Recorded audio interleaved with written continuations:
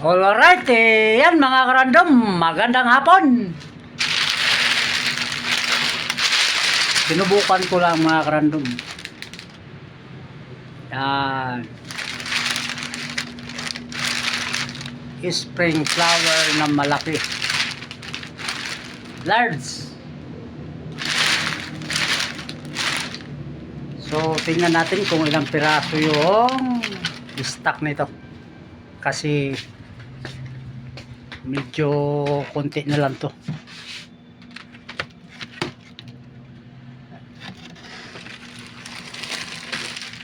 Ito yung kalaki pag naligpit oh. Yan. Large na lang mayroon. Yan, puro large. Yan, puro large na lang.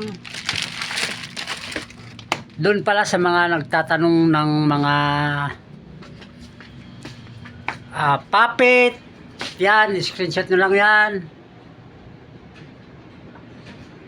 Puppet saka yung finger extreme. Yan.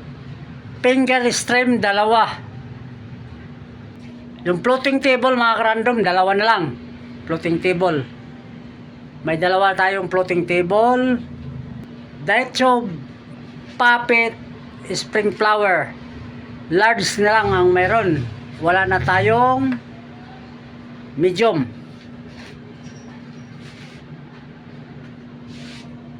Yan, dilaw yung dulo. May isa pa tayo nito. Yan.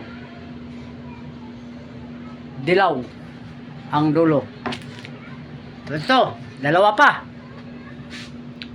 Nagtatanong dito, dalawa pa.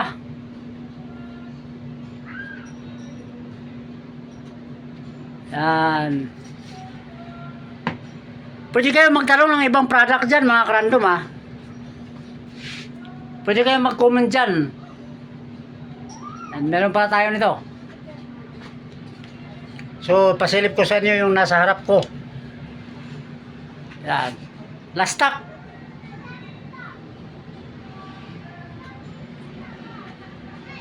Yan yun. So doon sa nag-message kanina, mag-isa lang kasi ako mga karandom. So hindi ako nakapag-reply.